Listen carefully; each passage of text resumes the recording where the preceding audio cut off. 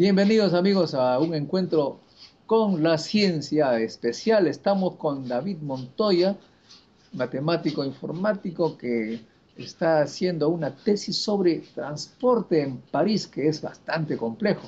No vamos a hablar los detalles, pero vamos a pedirle algunas informaciones sobre cómo se aborda un problema de transporte para tomar medidas sin causar perturbaciones, es decir, para optimizar los efectos de una medida. En Lima hay pues un problema porque la municipalidad ha tomado las decisiones de hacer las llamadas líneas azules a lo largo de la avenida Arequipa, por ejemplo, hay una, y se ha cortado entonces el transporte de las combis por allí y se ha creado pues una ola de reclamos porque todo el mundo se siente afectado y más tiempo, hacen colas, etcétera.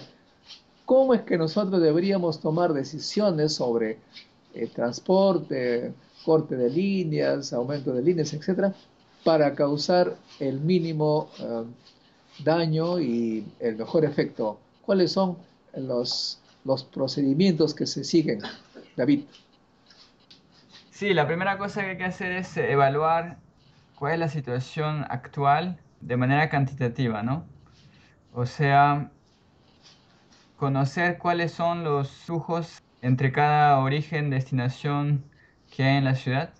Uno va a reconocer pues los ejes importantes de la ciudad, porque muchas veces se va a evaluar la creación de un gran eje, una gran autopista, un gran medio de transporte, ¿no?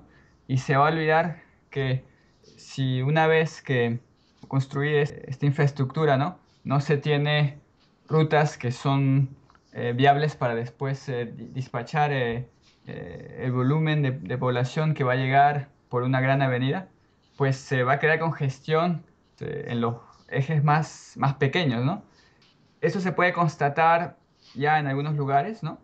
Pero lo importante es saber evaluar el impacto que va a tener esta creación. Para evaluar correctamente hay que poder tomar medidas de cuánta gente ahora está yendo de, por ejemplo, del norte de la ciudad al centro, del sur al centro, de tal lugar a qué otro lugar.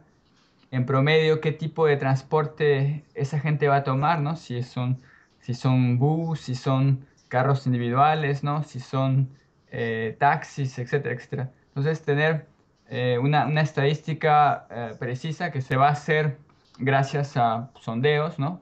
Sondeos es la primera información.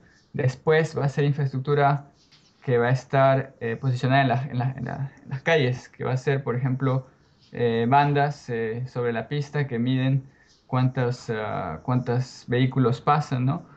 En puntos en los que hay un puente, un peaje, ¿no? Vas a ver cuánta gente va.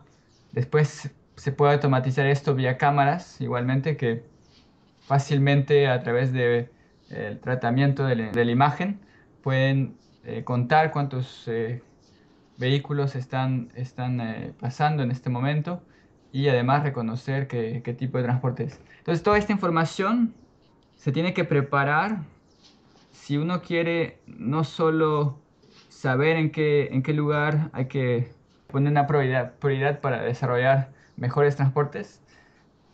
Esto significa, David, que se requiere programas de simulación. Eso supongo que ya existen algunos ya en el mercado que se pueden comprar.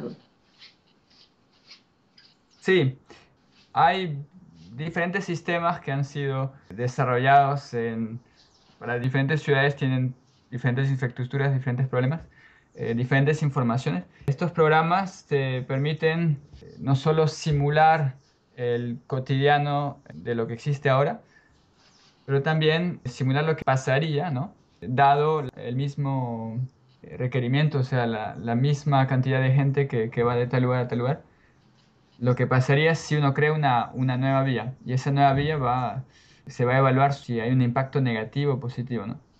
En París se tomó la decisión de bajar la velocidad de 90 a 80 en los grandes anillos que tiene París Y al principio hubo grandes desconformes que protestaron, se vieron afectados. Ajá, sí, cuando se bajó primeramente de 90 a 80 la velocidad, la mayoría estaba disgustada, ¿no?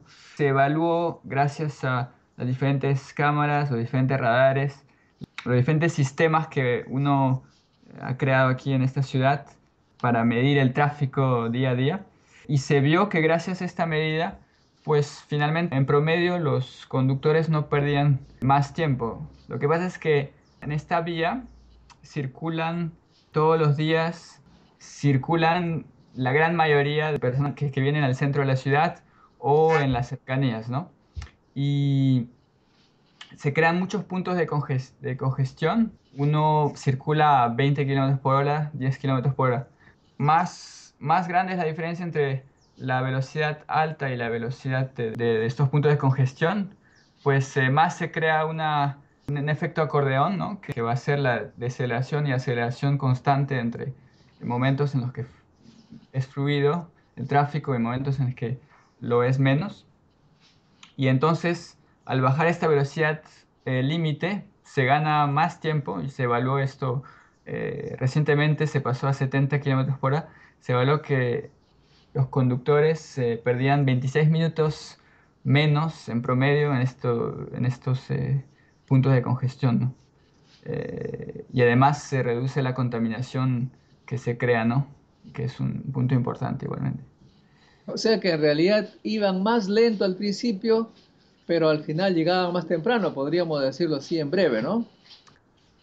Claro, exactamente. Además que la gente se frustra demasiado digamos, cuando no fluye bien el tráfico, ¿no? Entonces esto crea pues problemas de estrés, ¿no? Accidentes. Eh, si todo el mundo, digamos, si todo el mundo yera pues a 20 kilómetros por hora, quizás sería súper fluido, ¿no? Si la velocidad límite sería solo 20. Entonces hay que encontrar digamos, un compromiso, ¿no? Entre, bueno, una velocidad suficientemente alta para que la gente no pase horas tampoco, y una velocidad suficientemente baja para que no se cree mucho, digamos, va y bien de la velocidad, ¿no? Supongo que aquí también tendríamos que hacer una simulación y ver realmente si este nuevo cambio significa más tiempo para que se transporta o bien es una ilusión negativa porque al ver pues una gran cola en estas líneas en los azules ya tiene la impresión de estar perdiendo, pero en el fondo hay que calcular, simular para ver cuánto es en realidad el tiempo total utilizado para cada desplazamiento, ¿no? Sí, el tiempo, pero justamente te interrumpo porque hemos hablado de tiempo, pero también hacía referencia a el consumo de combustible, ¿no? Que según cómo esté congestionado va a ser más o menos, ¿no? Independientemente del tiempo, ¿no? O sea, hay otros factores aquí, ¿no? Entonces, Efectivamente. quizás sea el tiempo igual, pero se consume menos combustible, entonces eh, es menos caro el desplazamiento, Eh, ¿no? Podríamos decir también, bueno, concretamente, este tema en París y supongo también en las grandes ciudades del mundo es un tema que es abordado por profesionales de distintas disciplinas en los que también se cuentan matemáticos. Ajá, sí, sí, muchos matemáticos trabajan en este campo porque eh, el problema de la simulación eh, es más que nada un problema de matemáticas, de relaciones, ¿no? Una abstracción de todos esos conceptos que son bien concretos, ¿no? El transporte, ¿no? Y se necesita optimización, ¿no? Problemas de optimización van muy a la par con los problemas de matemáticas que se resuelven, ¿no? Hoy en día.